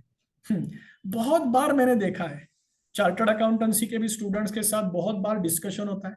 मैं हमेशा सवाल पूछता हूं कि आप किस तरह से तैयार करते हो एग्जामिनेशन के लिए? आप किस तरह से तैयारी करते हो एग्जामिनेशन के लिए? हम किस तरह से करते हैं तैयारी? मान लो कोई 9th स्टैंडर्ड में है, कोई चैप्टर निकाला साइंस एंड टेक्नोलॉजी का, और उसमें वो कहता है ये मुझे आ रहा है, ये मुझे जम रहा है, ये मुझे नहीं आ रहा, ये मुझे नहीं जम रहा। तो जो नहीं जम रहा वो मैं ऑप्शन को रख दूं। अरे भाई, पर जो ऑप्शन में रखने वाले हो वही अगर एग्जामिनर को चाहिए, तो क्या आप अफोर्ड कर सकते हो वो ऑप्शन में रखने के लिए? सवाल ये नहीं है कि आप ऑप्शन में कुछ भी नहीं रख सकते, जरूर ऑप्शन में रख सकते हो, पर जो आप ऑप्शन में रख रहे हो अगर वही महत्वपूर्ण है तो आपका ऑप्शन गलत है। 2 एग्जाम्पल आपको देता हूं। चार्टर्ड अकाउंटेंसी एग्जामिनेशन जरा डिफिकल्ट है। एग्जामिनेशन में जो पहला आता है ना, उसको शायद 80-85% मार्क्स मिलते हैं, उसका गौरव किया जाता है। अखबारों में फोटो आता है, उसको प्राइजेस अवार्ड देते हैं, बहुत सारे कंपनियां उसको डायरेक्टली ऑफर देती है और अपनी कंपनी में उसको आने के लिए आमंत्रण देते हैं। मेरा सवाल यह है कि उसको मार्क्स मिले कितने? 80-85%। इसका दूसरा मतलब क्या है? उसने भी तो 15%, 20% गलतियां की, पर गलतियां करने के बावजूद उसको इनाम, उसकी तारीफ, उसको कॉन्ग्रेचुलेट करते हैं। इससे यही सिर्फ सीखना है कि जो एग्जामिनेशन में पहला आता है वो भी शायद कुछ ना कुछ मिस्टेक्स करता है। बहुत बार हमारा ध्यान जब एग्जामिनेशन के लिए प्रिपेयर करते हैं तब मिस्टेक्स के ऊपर रहता है। Don't give your attention, don't give your focus to the mistakes, give your focus to the exam and the examiner. Examiner को आपके एग्जाम प्रिपरेशन स्ट्रेटेजी का एक भाग बनाओ, एक हिस्सा बनाओ। ये इस तरह से है, एग्जाम्पल लो कि भारत से, for example India and Australia is going to have a cricket match. किस तरह से आप 11 प्लेयर्स चुनेंगे, किस तरह से 11 खिलाड़ी आप चुनेंगे? कुछ सवाल तो पूछना पड़ेगा। पहला सवाल पूछना पड़ेगा कि ये क्रिकेट मैच किस टाइप का है। Is it a test match, is it a one day match, is it a 2020? उसके बाद सवाल पूछना पड़ेगा कि where this match is going to held, whether in India or outside India. और एक सवाल पूछना पड़ेगा, when this match will be there, whether it is a morning, that means a day match, or a day and night match, क्योंकि उससे भी तो फर्क पड़ेगा। उसके बाद भी पूछना पड़ेगा कि how is the pitch, what are the expected players that will be there in the Australian team, and then probably we can select our team, then we can plan our own strategy। क्या examination को भी इसी तरह से देख सकते हैं? Examination अगर स्पोर्ट्स गेम है तो एग्जामिनर आपका अपोनेंट है। आपको आपके अपोनेंट को जानना है, समझना है, पहचानना है, और आपका अपोनेंट, आपका एग्जामिनर बहुत अच्छे अच्छे हिंट्स आपको देता है। किस तरह से हिंट्स मिलते हैं? बहुत बार एग्जामिनेशन के बाद पास्ट एग्जामिनेशन पेपर्स आते हैं और उसमें एग्जामिनर कहता है most of the students fail to answer this particular question. Examiner is giving direct hint to you, that means he is going to ask repeated question about this concept, about this topic. Make use of that, make examiner part of your examination strategy, then you can definitely excel in the examination. What is the other tool to make the examiner as a part of your examination strategy? Examiner आपसे दो तरीके से बात करता है। एक तो जो पहले वाले एग्जाम हुए, पास्ट एग्जामिनेशन हुए, उसके सजेस्टेड आंसर देकर आपसे बात करता है, और दूसरा एग्जाम पेपर से भी वो बात करता है। आपने एग्जाम पेपर कब पढ़ा? आप लोग बोलोगे हर बार तो एग्जामिनेशन के लिए जाते हैं तो एग्जाम पेपर पढ़ते ही है। मैं एग्जाम पेपर में पूछे गए सवालों की बात नहीं कर रहा हूं, मैं एग्जाम पेपर में पूछे गए सवाल के टाइप की बात कर रहा हूं। When is the last time when you have studied the type of your exam paper? We need to study the past exam papers. Study मतलब हम तो सॉल्व करते ही है ना, 10th स्टैंडर्ड में है, 12th स्टैंडर्ड में है, कोई इंजीनियरिंग में है, पिछले एग्जामिनेशन के एग्जाम पेपर सॉल्व करते हैं। भाई मैं एग्जाम पेपर सॉल्व करने की बात नहीं कर रहा हूं, मैं ये बात कर रहा हूं कि किस तरह के सवाल उसमें आए। अगर मुझे पूछोगे तो मैं कहूंगा कि सवाल तो 4-5 तरीके के ही होते हैं। One is a definition based question, जहां पे डायरेक्ट सवाल पूछा जाता है, explain this, explain the difference, right A note on this. Definition based question कौन से टॉपिक पे आ रहे हैं, रिपीटेडली कौन से टॉपिक पे आ रहे हैं, कौन से चैप्टर पे आ रहे हैं, क्या मैंने कोई इसका कभी एनालिसिस किया? मैं एक छोटा सा उदाहरण आप सब लोगों को एनालिसिस के तौर पे दिखाता हूं। आपके स्क्रीन पर 10th स्टैंडर्ड का महाराष्ट्र बोर्ड का साइंस एंड टेक्नोलॉजी का चैप्टर 1 है। चैप्टर का नाम है ग्रेविटेशन। इस चैप्टर में सब टॉपिक्स है जो मैंने पहले कॉलम में लिखे हैं। पहला टॉपिक है केपलर्स लॉ, दूसरा है circular motion and centripetal force, तीसरा है Newton's universal law of gravitation, चौथा है acceleration due to gravitational force of earth, पांचवा है फ्री फॉल, और लास्ट है एस्केप वेलोसिटी। अब मैंने हर एक कॉलम में जो पिछले एग्जामिनेशन हुए, मार्च 22 का हो, 21 का हो, 20 का हो, उसमें आइडेंटिफाई किया कि इसके ऊपर कोई सवाल आया और उसको टिक मार्क किया, और बाद में मैं ये एनालिसिस करूंगा कि किस तरह का सवाल आया था। Was it a definition based question, was it a calculation, was it a opinion or scenario based question, and based on that I can prepare my strategy. इस तरह से आप आपकी स्ट्रेटेजी तैयार कर सकते हो। अभी समय कम है, नहीं तो मैं आपको इंजीनियरिंग एग्जामिनेशन, पुणे यूनिवर्सिटी का मैकेनिकल इंजीनियर का क्वेश्चन पेपर, चार्टर्ड अकाउंटेंसी का फाइनल लेवल का क्वेश्चन पेपर, और उसमें भी आप पाओगे कि उसमें भी डेफिनेशन बेस्ड क्वेश्चन रहते हैं, कैलकुलेशंस रहती है, ओपिनियन बेस्ड क्वेश्चन रहते हैं, सिनारियो बेस्ड क्वेश्चन रहते हैं। क्वेश्चन के टाइप ये 4 या 5 ही है, इसी में सारा क्वेश्चन पेपर है। तो मैं मेरी स्ट्रेटेजी बना सकता हूं कि किस टाइप के क्वेश्चन है, जो टाइप का क्वेश्चन है वो कौन से टॉपिक पे, कौन से चैप्टर पे आ रहा है और रिपीटेटिवली आ रहा है, so that I can prepare my self well while appearing for the examination. पर फिर भी कुछ ना कुछ डिफिकल्टीज तो रहती है, कुछ ना कुछ टॉपिक्स होते हैं, कितनी बार भी सुनो, क्लास के नोट्स देखो, दोस्त को बोलो मुझे जरा समझाने की कोशिश करे, टीचर को पूछो, फिर भी वो तकलीफ देते हैं। क्या उसके लिए कुछ टूल अवेलेबल हो सकते हैं? Definitely, why not. एक मैं आपको ह्यूमन टेंडेंसी बताता हूं। घर में मैं क्वेश्चन पेपर सॉल्व करने के लिए बैठा, आधा क्वेश्चन सॉल्व किया और उसके बाद मुझे पता चला I am not able to understand the next step. What I will do as a general human tendency, घर में बैठा हूं, if the question is there, the answer is definitely there in the book, in the notebook, or in the somewhere in the class notes. So even though I am sitting at home for solving the question, assuming under examination condition, natural human tendency आधा answer लिखने के बाद I am not able to understand the next step, मैं answer खोल के देखता हूं कि नोट्स में क्या लिखा है, क्लास में सर ने क्या बताया है, and this is absolutely fine. बहुत बार स्टूडेंट के मन में ये विचार आता है क्या मैंने देखा उसके बाद मुझे पता चला, दिस इज एब्सोल्युटली फाइन। पर उसके बाद हम क्या करते हैं, बाद में हम बोलते हैं अभी समझ में आया, नोट बंद कर देते हैं, नोटबुक बंद कर देते हैं, बुक बंद कर देते हैं और बाजू में रखते हैं। मैं आपको कह रहा हूं यही एक स्टेप के बाद और एक स्टेप लेना। I have solved half question and thereafter I got stuck. I do not know what is the answer. I looked in the class notes, I found out the answer, and now the feeling that I got that I have understood it is a wrong feeling. मैं समझ नहीं पाया हूं। That's okay, perfectly all right that I have seen the answer. मैंने देखा answer, that is okay. अभी notebook बंद करो, दोबारा पहली स्टेप से आखिरी स्टेप तक क्वेश्चन दोबारा सॉल्व करो। And now if you can solve without looking in the notes, full proof 100% correct, then only you have understood. Don't stop at that second step of looking the answer only. Follow this third step. Solve it again without looking at it. फिर भी कुछ सवाल होते हैं समझ में ही नहीं आते, 2 बार 3 बार पढ़े, क्या करें, छोड़ दो उनको। आप बोलोगे क्या सर क्या बोल रहे हो, सच में कह रहा हूं, छोड़ दो उनको, अभी छोड़ दो। पर आपका जो सबकॉन्शियस माइंड है ना वो छोड़ेगा नहीं। 2 दिन बाद 3 दिन बाद किसी और समय पे अचानक वो टेक्स्ट बुक खोलना, नोट खोलना, नोट्स खोलना, और आप हैरान हो जाओगे कि आपको वो सवाल समझ में आ गया। और एक पावरफुल टेक्निक है वर्चुअल रन टेक्निक। मैंने ये बहुत इस्तेमाल किया है और इसके बहुत अच्छे अच्छे, मेरे खुद का सीए फाइनल का मुझे खुद को पता है कि वर्चुअल रन टेक्निक कितना कामयाब रहा। वर्चुअल रन मतलब जो भी दिन में मैंने अभ्यास किया है, जिस भी टॉपिक को पढ़ा है, जिस भी सब्जेक्ट को पढ़ा है, रात को सोने से पहले सिर्फ मैं इतना ही सोचता था कि एग्जामिनेशन में इसके ऊपर किस तरह का सवाल आएगा और मैं उसे किस तरह से आंसर दूंगा। डेफिनेशन बेस्ड क्वेश्चन आएगा, कुछ कैलकुलेशन आएगा, कुछ ओपिनियन पूछा जाएगा, या सिनारियो बेस्ड क्वेश्चन आऊंगा, and how I am wonderfully writing the answer to that particular question. आपको लगेगा कि ये तो मैं सिर्फ सपना देख रहा हूं, नहीं नहीं, मैं सच कह रहा हूं। मेरे सीए फाइनल एग्जामिनेशन का खुद का मेरा अनुभव है। अकाउंटेंसी के पेपर में एक दिन दोपहर को जो मैंने सोचा था कि इस तरह का अगर सवाल आया तो क्या होगा, ना वो किसी बुक में मिला था ना कहीं पर नोट्स में था, पर मैंने मन में ही तैयार किया था कि अगर इस तरह का सवाल आएगा तो शायद इस तरह का उसका जवाब होना चाहिए। And I was very much having a great surprise. First day CA final examination, my first accountancy paper, and exactly the same question which I have thought in my dreams during my virtual run technique, it was there in the question paper.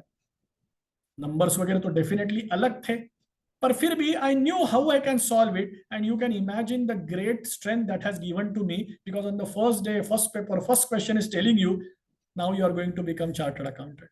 So don't underestimate such kind of techniques. There are so many other techniques.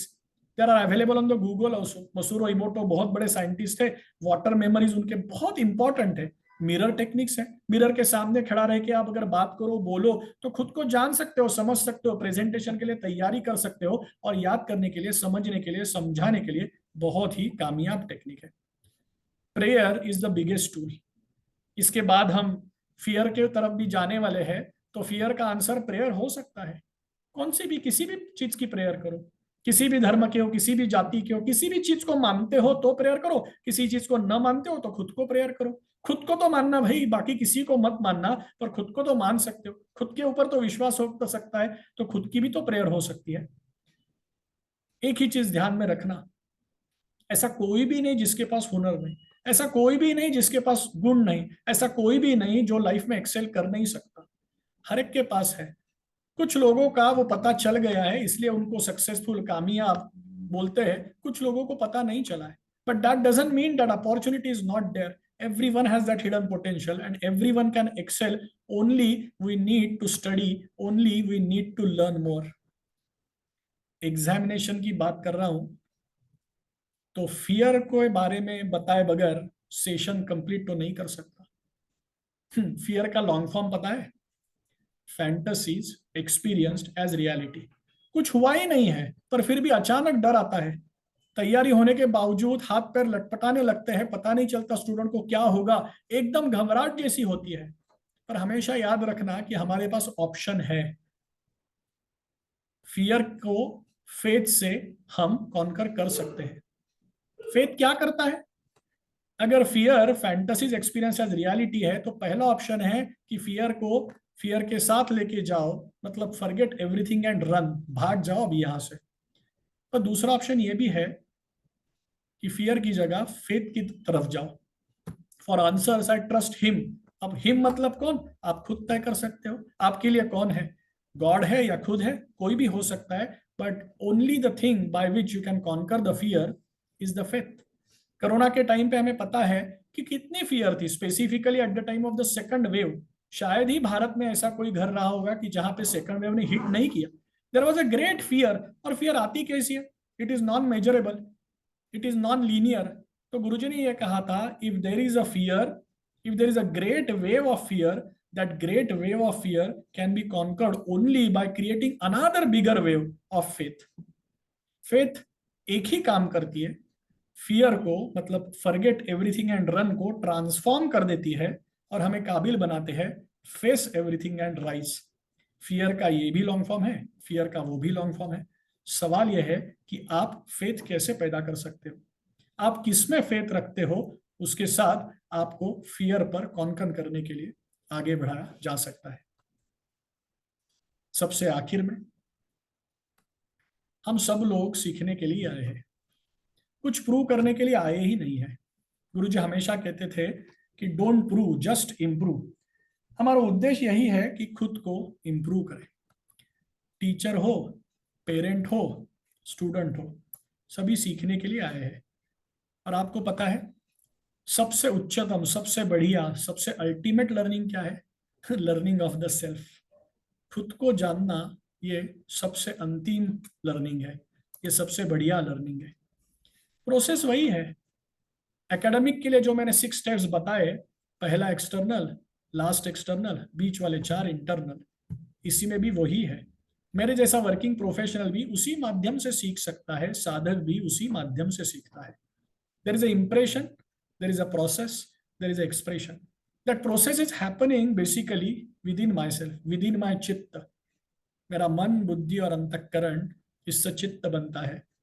जितना चित्त शुद्ध, उतना मैं ज्यादा अच्छा सीख सकता हूँ, जीवन में आगे बढ़ सकता हूँ। Life is nothing but manifestation from the चित्त। ये चित्त ही तो सारे जीवन के अनुभव हमें दे रहा है, अच्छे बुरे।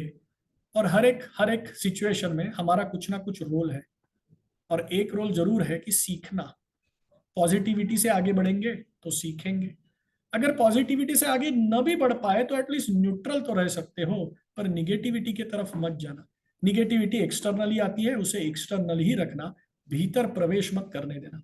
हम सारे लोग सीखने के लिए आए और इंप्रूव होने के लिए आए। मैनेज द चित्ता टू मैनेज द लाइफ। आज के ये लर्निंग की, आज के ये साइंस ऑफ लर्निंग का अंत हम एक अभ्यास अष्टकम बोल के करेंगे। बहुत ही सहज सुंदर शब्द है, बहुत ही सुंदर लय है। अभ्यास अष्टकम बोलेंगे और आज के इस सेशन का अंत करेंगे।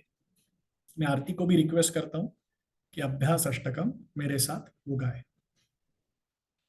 श्री गणेश नमस्ते, रामकृष्ण नमस्ते, नमस्ते सदा श्री स्वामी नमस्ते, माता नमस्ते, पिता नमस्ते, नमस्ते सदा श्री गुरु नमस्ते, देह शक्ति नमस्ते, शुद्ध चित्त नमस्ते, नमस्ते सदा आत्मबुद्धि नमस्ते, अक्षरं नमस्ते, भाषा नमस्ते, नमस्ते सदा सत्वृत्ति नमस्ते, विद्याव्रत नमस्ते, धनवृद्धि नमस्ते, नमस्ते सदा लोकवृत्ति नमस्ते, भिन्न देश नमस्ते, सर्व संस्कृति नमस्ते,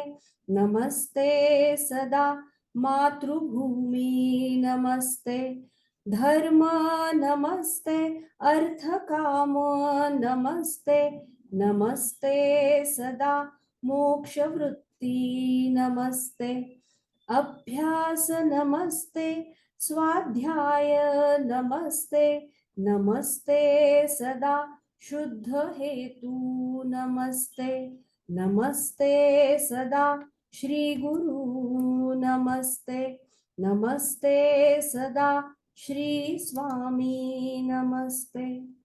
Jai Gurudev. Let this soul reach to the soul. Let this science of learning for exam become the science of universal learning. अभ्यास से हम अपनी सर्व इच्छा पूर्ण करते हुए अपने अंतिम लक्ष्य तक बढ़े. This is science of learning. Thank you. Jai Gurudev.